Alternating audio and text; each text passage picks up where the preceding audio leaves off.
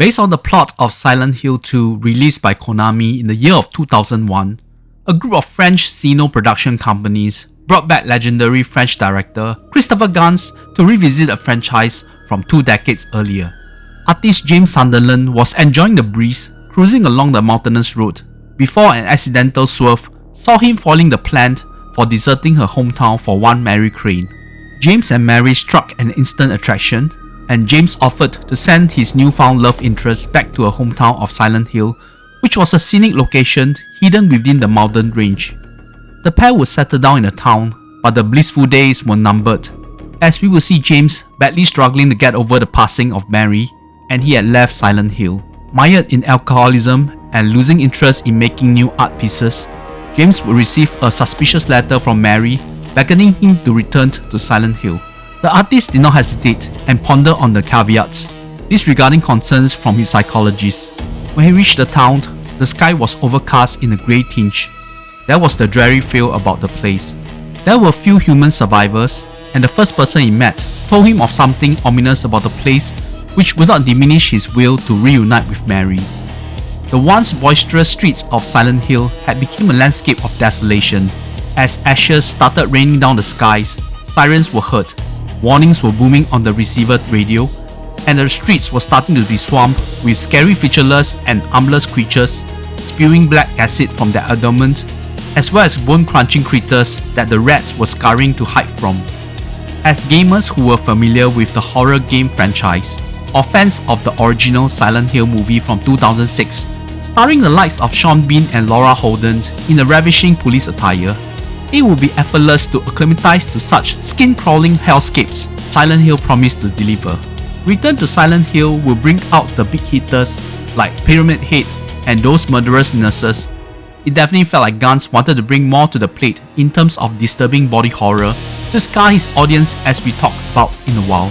As James was meandering through this deadly labyrinth known as Silent Hill, in his unquenchable yearning to meet Mary again, he will encounter many strange individuals, the likes of Eddie, a chronically ill resident in a derelict apartment building, Laura, a creepy looking girl with an even creepier doll, or someone with the name of Maria, who is an exact clone of Mary, wearing something ill-fitting for this wretched version of the town. Highly suspicious of Maria, James had to investigate the actual fate of Mary and whether she was still alive. This led us to the famous line from Queen's Bohemian Rhapsody: "Is this the real life, or is this just fantasy? Caught in the landslide, no escape from reality." I have to demarcate the parts I have enjoyed from Return to Silent Hill, while the rest that left me bored and uninspired. The parade of monsters was always going to be the selling point, and this time round, the lying monster which absorbed a version of Mary, subjecting her with excruciating pain, had to be the one on the marquee. The moth-covered silhouette was another interesting visual. During this review in March of 2026, when the possibility of a nuclear winter felt more probable than ever, the hellscape we see here felt very much on point. In the original movie, seeing how schools and other public places turned inside out when the siren blasting with Rose trying to figure an escape route was a thrill, which really took the leaf out of the survival game itself. This was similar for James in his own entrapment. The novelty might have waned comparatively, and the visuals did not show improvement after 20 years. That said, there were some interesting locations that caught my eyes, like the roof where James and Maria had their first proper conversation. The visual treats Gans and his team provided aside, the plot was slightly culpable for the failure of Return to Silent Hill. It felt like Gans took a lot of reference from the plot of the game, and the part with the cult her father built had sent Mary into the downward spiral, and there were the cult people she was trying to escape from at the start. It was an intriguing mystery to unravel. It was just the way Gans tried to tell the story, with the involvement of James, who felt like a stumbling block as a protagonist. The whole part with what was reality and what was an illusion at the third act was a test of patience, especially with audiences who had held the first movie in high regards, or casual horror movie fans hoping for a decent scary flick based on an award-winning game. Speaking of James, the actor Jeremy Irvine was not an actor I want to watch again, and Canadian actress Hannah Emily Anderson played multiple roles in Mary and Maria, was not helping in terms of propping up the acting performance. In times like this, I was yearning to see Sean Bean even if it meant he would be killed 22 times over the course of the movie. It was evident that Irvine was a good-looking guy, but somehow the hair and facial hair throughout the movie did not fit him at all. Stubbles filled him from the earlier part of the movie, and having a full growth of a beard did not make things better. Okay, I'm simply nitpicking now. There were interesting visuals to keep me engrossed for most of the first half, and the gameplay element was incorporated. Like the scrambling of signal of the transistor radio, signaling the imminent attack of the monsters was still appreciated. The inclusion of Pyramid Head and Darknesses felt coerced, and having the composer of the game, Akira Yamaoka, to provide the music he made for the game should be a bonus point. Return to Silent Hill is a middling 6 out of 10, and likely there will be no more return to this franchise. From a man longing to see his deceased girlfriend and make the return which he would regret, we have a woman longing to see her husband making his triumphant return with no regrets, in Natasha Kermani's The Dreadful.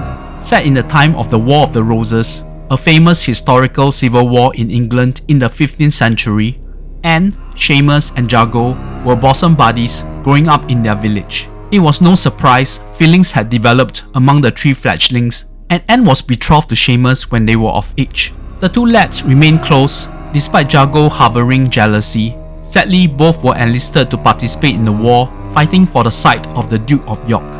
Anne would be pious and religiously attending the church sermons, in praying for the safe return of Seamus, with her mother-in-law Mormon. Living in this war-torn land was also getting hard for the pair, as they had barely enough food to fill their stomachs. Then one day, the return of Jago brought hope for the pair until he delivered the tragic news of Seamus had been killed. As Anne went into a state of mourning, Jago attempted to rekindle the affection he had for her since young, even under the watchful eyes of Morwen, who had doubts about Jago's news about her son's death and saw through his intention towards her daughter-in-law. As Anne struggled between the affections of Jago, yet staying loyal to Morwen, she would start seeing a mysterious knight in a black armor lurking near their cottage periodically, which Morwen took advantage of Anne being naive and religious, spinning the tale of the knight from hell, and warned her to stay away from Jago. At the meantime, Morwen was transforming into the serial killer she never knew she had in her. It started as merely to loot the money and belongings from people she assumed no one would miss when everyone was caught up in the war. It got progressively worse as she developed a bloodlust and looting became an afterthought. Much to Anne's horror, Morwen would kill in front of her and solicited her help with disposing of the body. So we were caught up with the relationship between the three main characters, and the Black Knight would uncover the swerve which was blatantly obvious from so far away. The Dreadful was the follow-up to Abraham's Boy for director Natasha Kermani, who has shown agility to tell story from a variety of setting and time period, be it the 1980s avant-garde art exhibition or a post-Victorian age gothic feature with characters from Bram Stoker's Dracula, or 15th century England with knights brandishing broadswords. However, a whole chunk of the Dreadful were the characters wallowing in misery, walking and talking in the English countryside, having nightmares at night, rinse and repeat. There was the supernatural element with the Dark Knight obviously, but it felt like it was taking a back seat for what scary things Morwen was going to commit, or whose throat she was going to slit next. The real horror for Game of Thrones fans was to see Jon Snow, aka Kit Harington, getting too comfortable and physical with his sister Sansa, aka Sophie Turner. Many people might claim that in the context of the story, Jon and Sansa were actually cousins, and in a world where twins like Cersei and Jaime were getting sexually involved and had offsprings, and Jon Snow himself was sleeping with his aunt Daenerys, this was actually mild. Yet in an interview, the actors did highlight how awkward and uncomfortable for them to film their intimate scene. To be honest, the casting of Turner and Harington did not add much to the enjoyment of the movie. Turner, who was the producer of the movie, actually urged Harington to take the role of Jago, was fine as Ant, and the final resolution of character showed strength, something that Sansa Stark would hope she could possess. Harington felt like a lost animal in most of the scenes with his two female co-stars, and it was evident away from Game of Thrones, he could barely make a mark elsewhere with his acting performances. There was one particular scene with Jago being cajoled to attend the church sermon, and he looked visibly bored and yawning away. I could empathize with his character at that instance. Marcia Gay Harden played the ruthless granny killing machine Morwen, and bearing resemblance to Denethor from The Lord of the Rings. Arden was a real evil of the movie and was an actress easy to loathe. We will never forget the stunt she pulled in Frank Darabont's The Mist and causing such a fracas in the supermarket when everyone was trying to survive. The dreadful was not dreadful as the title implied. There were some moments that caught me unaware, mostly when Mormon went rogue. The twist in the end, as mentioned, was so telegraphed and predictable, yet I thought the lore of the Black Knight could be written more specifically and intricately. It was nonetheless admirable for an American director of Iranian descent to write an English folk horror despite the shortcomings, and like in Abraham's Boys, it demonstrated that Natasha Kermani was willing to tackle different type of horror subject. The Dreadful is a 6.5 out of 10 for me.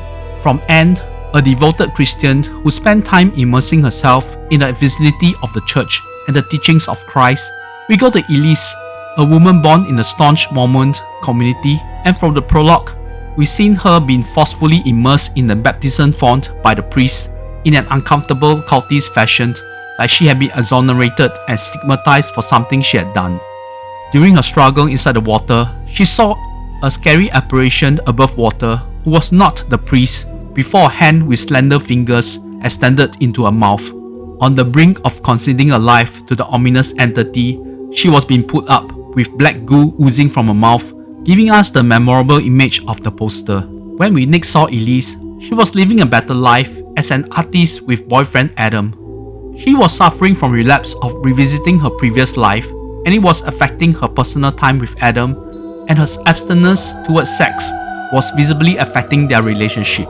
Elise had been under constant psychiatric review, which led her to a Mormon town to resolve her underlying issues. In this part, the parallels with Return to Silent Hill was apparent, with both protagonists being artists and under psychiatric treatment and had to return to their origin to resolve personal issues.